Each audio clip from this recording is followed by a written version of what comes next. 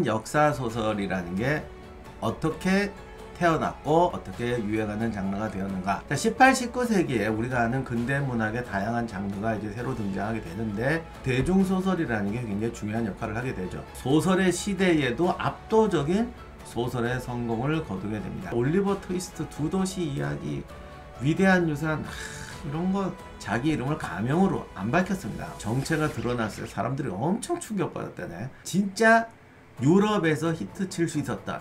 그리고 역사소설을 구성하는 데 있어서 우리하고 다른 요소가 뭐냐.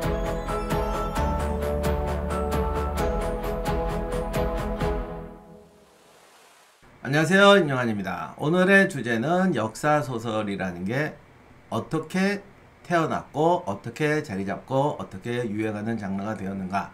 물론 역사소설이라고 할 수 있는 건 뭐 어떻게 보면 그리스 로마 신화도 역사소설이라고 할 수가 있고, 뭐 옛날에 아더왕 이야기 이런 것도 할 수가 있는데, 이건 어디까지나 오늘 말하는 건 18, 19세기의 근대의 문화, 근대문화의 소설락, 우리가 아는 그런 근대문학이 만들어질 때에 역사소설이라는 게 이제 새로운 장르로 등장하게 되는데, 그것을 분석하는 겁니다. 기본적인 내용은 도널드 서슨의 유럽 문화사.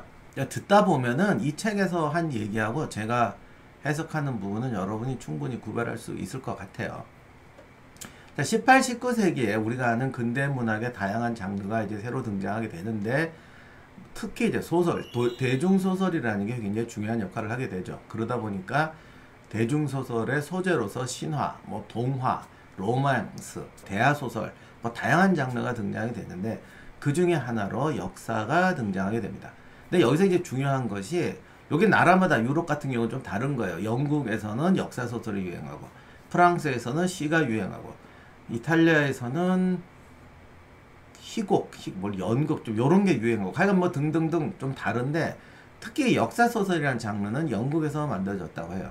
근데 뭐 왜 영국에서 그런 역사소설이 등장하냐 그러면, 우리가 그냥 이미지로 봐서 그냥 무조건 당연히 뭐 영국이겠지, 뭐 역사 이런 거 좋아하는 건 영국이겠지, 이렇게 생각하기 쉬운데, 실제로 영국에서도 역사는 그렇게 중요하게 가르치진 않았답니다, 학교에서. 그러니까 역사가 소년, 어린이부터 어른까지 이 역사를 배워야 돼. 이거는 어떻게 보면 한국하고 중국이 정말 독보적인 것 같아요. 우리는 그렇게 생각하는데, 유럽에서 가장 역사적으로 살고 역사에 빠져 살 것 같은 영국도 19세기 중반까지도 사립학교나 대학에서 역사교육을 중요시하지 않았다고 해요. 그러나 그럼에도 불구하고 역사에 대한 관심과 위상은 실제로 유럽 사회도 높아지고 있었다. 그런데 이것이 딱딱한 교과서가 아니라 소설이라는 형태로 나오게 되니까 사람들한테 이게 폭발적인 인기를 얻게 됐다. 그리고 역사라는 것이 어떤 중요하다라는 것은 대중적인 또는 지식인 사회에서 굉장히 많이 퍼지고 있었는데, 그 증거가 이제 사람들이 뭐 의원들 국회에서 토론할 때, 또는 뭐 좀 배웠다는 애들이 말할 때는 항상 뭐 호메로스의 뭐가 뭐니 이런 얘기를 해야 지식인으로 대접받는 이런 풍조가 생겼다는 거예요. 한 70년대까지만 해도 한자 고사성어 좀 인용해야 배운 사람 같이 느껴졌었고, 조선시대는 고사성어를 인용하는 게 아니라 19절이나 경전의 문구 이런 거 이제 읊어야 이제 못 알아들으면 넌 나랑 얘기 못해, 이렇게 되는 건데, 유럽에서는 그 라틴어 무슨 경전이라든가 아니면 호메로스라든가 이런 거 인용해야 또 지식인 대접받죠. 그럼 요거는 지금도 있어요. 그래서 그런 것들이 어떤 역사라는 것이 대중적 관심과 위상을 높이는 데 기여했다. 그리고 그런 것에서 역사소설이 터져 나오니까 사람들은 소설로 이걸 배우게 되니까 좋아하게 됐다, 이런 겁니다. 자, 어쨌든 이렇게 역사소설이라는 장르가 등장하게 되는데, 역사소설을 위한 무대는 역시 영국이었어요. 영국에서 가장 유명한 역사소설가이면서 역사소설의 개척자는 스코틀랜드 출신인 월터 스콧이죠. 지금은 워낙 한번 베스트셀러가 되면 뭐 어마어마하니까 뭐라고 참 비교는 못하겠는데, 월터 스콧의 역사소설은 당시에 소설이라는 장르가 대중문학의 장르로 등장해서 정말 소설의 시대를 열고 있을 때, 그때는 영화도 없던 시절이니까 소설이 드라마나 이런 거 시장까지 다 장악하던 시대인데, 그때의 어떤 소설가보다도 엄청나게 팔리고 세계적인 성공을 거두었던 게 월터 스콧의 역사 소설이었다고 하죠. 그래서 월터 스콧 하면 뭐 이제 아이반호어 같은 거는 잘 아실 거고, 우리나라에서 번역돼서 나온 건 아이반호하고 십자군의 기사 또는 뭐 흑기사, 십자군의 기사를 흑기사로 보통 많이 했죠. 뭐 그 정도인 것 같은데, 이 양반이 쓴 역사 소설이 한 30개가 넘는 거로 알고 있어요. 어쨌든 엄청난 성공을 거둡니다. 그런데 이제 월터 스콧의 소설은 사실은 역사 소설이라는 장르도 있지만, 이 사람은 소설을 심오하게, 그리고 사실 올리버 트위스트 두 도시 이야기, 위대한 유산, 이런 거 좀 뭐 어둡고 길고 지루하고, 근데 월터 스콧은 사실은 대중성이 강하죠. 그러니까 역사라는 무대도 무대지만 굉장히 심오하지 않고 옛날 이야기를 풀어가니까 그냥 이렇게 흥미진진하게 풀어갑니다. 그래서 요즘식으로 말하면 이렇게, 그러니까 삼총사 같은 게 딱 이 월터 스콧 같은 스토리인데 너무 심오하지 않잖아. 그러니까 읽기도 좋단 말이에요. 그래서 월터 스콧의 소설은 역사를 소재로 한 소설이라는 것도 있지만 사실은 굉장히 흥미진진한 소설이다. 그래서 대중성과 오락성이라는 부분, 그리고 역사라는 소재가 지니는 어떤 본연적인 흥미, 요 두 가지가 결합해서 월터 스콧의 소설의 재미를 만듭니다. 그러니까 월터 스콧의 성공은 단순히 역사를 소재로 했다라는 것으로만 이루어진 건 아니에요. 그렇지만 어쨌든 뭐 역사라는 걸 소재로 해서 당대에 볼 수 없었던, 그러니까 소설의 시대에도 압도적인 소설의 성공을 거두게 됩니다. 그리고 이게 오래 살아남아요. 월터 스콧의 소설이 또 어쨌든 흥미롭고 재밌으니까 연극, 오페라로 만들어지고 20세기 되면 영화로 나오게 되고, 그리고 TV로 각색되게 되죠. 그리고 TV 이렇게 하기가 또 되게 좋게 돼 있어요. 심지어 우리가 아는 스코틀랜드란 이미지, 뭐 체크무늬 바지 입고 스코틀랜드 사람 좀 뻣뻣하고 고집 세고 싸울 때는 좀 용감하고, 그거를 할리우드식 스코틀랜드 이미지라고 했더라고요. 이거를 만들어낸 사람이 월터 스콧이다. 이 사람 원래 스코틀랜드 사람이라 뭐 다 그런 건 아니지만 좀 스코틀랜드 처음 소설은 스코틀랜드 이게 분위기를 많이 깔았거든요. 그러면 서수는 이 역사 소설이 유행하게 된 원인을 뭐로 봤는가? 일단 역사 소설이라는 것이 타임머신 역할을 한다. 그래서 과거가 주는 위안과 신뢰를 준다 그랬어요. 요게 이제 우리한테는 아주 익숙한 건데, 우리는 역사라는 건 왜 하니? 그러면 과거 속에서 지혜를 얻는다. 우리가 뭔가 현실의 문제가 닥쳤을 때 과거의 사례를 통해서 답도 찾고 위안도 많이 하죠. 뭐 그런 것이 역사가 가지는 어떤 힘인데, 사람들이 이 고전이나 이런 건 어렵잖아요. 그래서 이런 역사가 가진 본래적인 기능을 역사 소설에 던져주니까 어떤 위안을 소설을 통해서 더 쉽게 얻을 수 있다. 그리고 고전이라는 건 옛날에 쓰여진 건데 이 작가라는 사람은 더 쉽게, 그리고 동시대인의 어떤 고민과 주제를 가지고 역사 속에서 교훈을 찾아내니까 동시대인의 입맛에 맞는 이야기를 그려낼 수 있다. 아무튼 이렇게 돼서 19세기에 월터 스콧의 시대가 열렸다는 거죠. 근데 재미난 거는 월터 스콧은 원래 이 사람은 시인으로 굉장히 유명했고 또 법률가이기도 하고 대학 교수이기도 했어요. 그래서 역사 소설 쓸 때는 좀 쪽팔렸나 봐. 그래서 자기 이름을 가명으로 안 밝혔습니다. 그래서 이 사람이 나중에 그 소설이 데이트를 친 다음에 정체가 드러났을 때 사람들이 엄청 충격받았다네. 자, 이제 지금까지는 역사 소설이 왜 유행하느냐에 대해서 우리와 유럽이 공통적으로 가지는 부분에 대해서 말씀드렸어요. 근데 여기 우리와 다른 진짜 유럽에서 히트 칠 수 있었다, 그리고 역사 소설을 구성하는 데 있어서 우리하고 다른 요소가 뭐냐, 이 부분을 이제 입으로 말씀드리겠어요. 유럽에서 월터 스콧의 역사 소설이 매력을 가질 수 있었던 부분, 또한 어떤 사회적, 문화적, 역사적 기능 중에서 우리하고 다른 점이 하나가 있습니다. 19세기는 대영제국의 시대예요.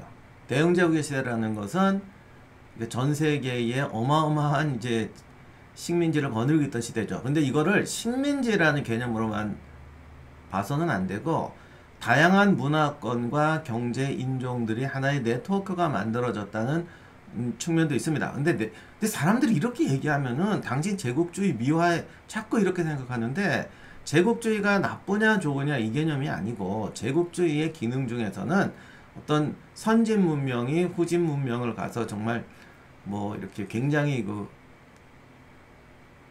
강제로 정복한다거나 또는 굉장히 유리한 입장에서 경제 교육이라도 굉장히 유리한 입장에서 불평등 교육을 한다든가 이런 부분도 있고, 동시에 어떻든 이게 좀 아름답지 않은 형태라고 하더라도 전 세계가 하나의 네트워크로 얽히면서 경제 문화적 교류가 확산된다는 그런 두 가지 현상이 같이 있어요. 여기다 자꾸 선학적인 개념만 부여하니까 그런데, 이 경제적 네트워크가 문화적 네트워크가 만들어진다는 걸 꼭 변명하기 위한 것으로 보지 마시고 그냥 현상이라는 거예요. 그러다 보니까 제국주의 시대에, 대영제국 시대에 다양한 문화에 대한 관심이 높아지게 됩니다. 제국주의자들이라고 해서 저런 나라를 지배하고 착취한다는 태도만으로 접근했던 건 아니에요. 그런 식으로 해서는 세계를 경영할 수가 없습니다. 그래서 우리가 볼 때는 좀 잘못된 결론을 내린 경우가 많다. 예를 들면 쟤네는 왜 덜 떨어지는 민족이 됐을까? 선진 문명과 후진 문명의 차이는 뭘까? 이런 식으로 접근하는 사람도 있기는 했지만, 좀 더 객관적으로 일단 저 사람들은 왜 저렇게 사느냐? 우리가 다른 가치관과 다른 문명으로 사는구나. 저 사람들도 굉장히 영웅적이고 멋있는 리더가 있는데 우리하고는 스타일이 다르구나. 이런 식의 다양한 문화에 대한 정보, 이해를 하려고 한 사람들도 많았어요. 굳이 숫자로 따지면 후자가 더 많지, 어떻게 보면. 그리고 사실은 다른 나라에 가서 미개인을 만나서 지배하고 착취한다는 방식만 가지고는 절대 세계를 경영할 수가 없습니다. 그리고 소위 이제 제국주의 체제 편승해서 내가 이런 데 가서 저 미개인들 등쳐먹고 살아야지라는 악당이라고 할지라도 그냥 쟤들은 그냥 어떻게 착취할 거야 이런 마음만 가지고는 그런 속물적인 목표도 달성할 수가 없어요. 그래서 그런 악당들도 자기네 악한 목적을 이루기 위해서는 이 사람들의 문화를 봐야 되고 저들을 이해해야 되고 문화에 대한 이해를 넓혀야 된다, 이런 생각들을 많이 했습니다. 그리고 이제 어디까지가 악당이고 어디까지가 착한 거냐는 건 우리가 좀 구별하기 힘들죠. 개인으로 들어가면. 그렇기 때문에 그 시대에는 이런 다양한 문화에 대한 이해라는 부분이 선악을 떠나서, 또는 우리가 악당이든 선인이든 그런 부분에 대한 관심사가 되게 높았습니다. 그런데 월터 스콧의 소설이라는 것은 벌써 그런 다양한 문화, 다른 문화의 충돌이 소설 속에 나타나게 돼요. 이 사람이 이제 처음에 스코틀랜드 주로 이야기를 많이 썼는데 이런 대비를 시킨 거죠. 그러니까 아까 헐리우드식 스코틀랜드라고 그랬는데, 스코틀랜드 사람들은 영국은 좀 우리식으로 말하면 우리나라 같다면 이제 스코틀랜드는 여진족 같다. 이런 두 가지 문화가 충돌하면서 벌어지는 이야기, 이런 식으로 이제 스토리를 만들어 갔어요. 그러다 그렇게 해서 헐리우드 이미지, 스코틀랜드 고지에 있는 자존심 세고 형님, 의리 이러는 전사, 또는 그 십자군의 기사와 이슬람 전사의 충돌, 이런 것들을 대비시키면서 다른 문화와 다른 개성이 만나서 서로를 이해하는 과정, 이런 거를 스토리에 집어넣었는데 이게 굉장히 히트를 친 거죠. 그러니까 서수는 이걸 문화적 중재자라고 표현을 했어요. 어떻게 보면 오늘날 우리 식으로 말하면 문화 상품화, 예를 들면 한류, 우리가 알고 있는 일본적인 것, 중국적인 것, 뭐라 그러나, 흑인 문화, 이런 것들을 문화 상품화의 시조라고 할 수가 있어요. 그러니까 이런 부분을 19세기에 찾아냈던 거죠. 그리고 이제 우리가 늘 말하는 어떤 제국주의적 편협함, 십자군은 고상하고 이슬람은 야만적이고 다 그랬을 것 같은데, 나는 좀 안타까운 게 그런 부분이 있긴 있어. 영화도 그런 거 있고 있는데 자세히 보면 1940년대 영화라고 해서 흑인은 다 열등하고 백인은 다 훌륭하다 이렇게 안 만들었어요. 십자군의 기사도 가만히 보세요. 거기 이슬람은 저질이고 십자군은 위대하냐 이렇게 안 썼어. 이거 19세기에 스코틀랜드 작가가 쓴 소설인데, 십자군의 기사 보면은 진짜 영웅은 살라딘이에요. 오히려 이 서양 기사들이 무식하고 말이야. 그냥 이건 우유식을 말하면 얘는 우리 편은 착하고 저놈은 나쁜 놈이고, 이럴 때 살라딘은 정말 영웅을 알아보고 적이라고 해도 이놈 훌륭한 놈이다 하면 키워주고 멋있게 나와. 그러면 월터 스콧이 이슬람 독자들한테 팔아먹자고 살라딘을 키우냐? 그거 아니거든. 두 개의 문명 속에서 오히려, 물론 살라딘이 원래부터가 좀 유럽에서 이미지가 좋긴 했지만 어쨌든 백인 독자들, 영국, 유럽 문화권의 독자들을 대상으로 이슬람 영웅을 만든단 말이야.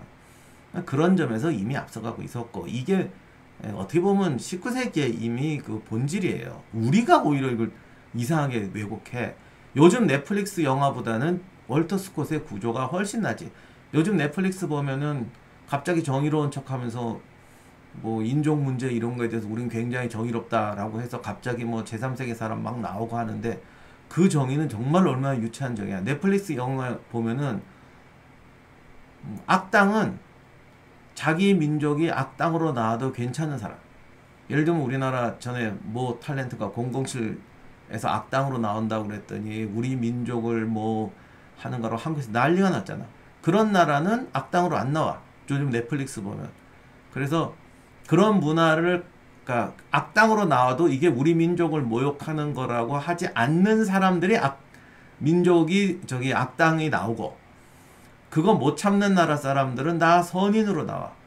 못 참는 사람이라고 다 선인은 나오는 게 아니라 인도처럼 인구 많고 시청률 높고 돈 되는 민족은 악당으로 안 나와. 착한 사람으로 나와. 이거야말로 진짜 이건 자본주의도 아니고 이건 그냥 속물이야. 인종인 그런 차별이 없어지고 천만의 말씀이야. 가장 저급한 방식으로 정의를 위장하면 차별은 더 생기고 그 인간의 본성은 절대 안 바뀝니다. 월터 스콧 19세기에 제국주의의 선봉에 있던 나라, 물론 스코틀랜드는 조금 뭐 거기서 그렇긴 하지만 어쨌든 거기서 쓰여진 나라에서 선과 악을 만들고 문화를 대비시키는 방식하고 지금 넷플릭스에서 하는 방식을 보면 이게 훨씬 저질이에요. 아무튼 역사하기 못하는 역할을 소설이 해줬다. 이게 이제 19세기 역사소설의 결론이에요. 그래서 서순이 토마스 칼라일의 평을 인용한 게 있는데 이렇게 말했더라고. 이 역사소설은 모든 사람에게 이런 진실을 가르쳐 줬다. 지나간 세상도 조약도 정부 문서도 논쟁과 관념이 아니라 실제로 살아있는 인간으로 채워져 있었다는 것이다. 여기서 살아있는 인간을 넷플릭스 스타일은 선과 악으로 도장을 찍어버리는 것이고, 월터 스콧은 그냥 문명과 종교와 문화를 넘어서 인간의 본성으로 채우는 거죠. 그래서 살아있는 인간으로 만들어진 역사라는 것도 두 종류가 있다. 이건 여러분이 써순 책엔 없는 얘기인데 이해하시면 될 것 같고, 이제 우리를 보면은 역사가 우리나라 문화에서는 역사가 멀리 있는 적이 없어. 교육이 못하는 걸 소설이 해준 게 아니라 우리는 상업 출판이 없으니까 뭐 조선 후기에 홍길동전 이런 거 있긴 했지만 후기 되면 이제 소설이 많이 나오긴 하지만 역사 소설 그러고 보니 우리나라는 진짜 애초부터 역사 소설이었네. 홍길동전 뭐 장화 다 역사 소설이잖아. 박씨 부인 그러니까 한국은 정말 역사가 가까이 있어요. 그런데 역사적 교훈이 굉장히 가까이 있고 정말 있는데 가만히 보면 우리는 살아있는 인간이 아니라 명확한 교훈으로 존재해요. 그러니까 임진왜란 때 원균 그럼 벌써 결론 다 나와 있어. 탄검대 전투 신립 이런 단어 하면 벌써 결론 감정선까지 다 나와 있어. 제가 지금 이 얘기만 해도 벌써 너 지금 원균하고 그러면 저기 신립을 그렇게 비난하면 안 된다는 거지, 변호하려는 거지, 벌써 이렇게 나올 거 아니야. 이렇게 저번에 내가 유튜브 영상 올렸더니 그렇게 쓴 사람들 되게 많더라고. 그게 아니라니까.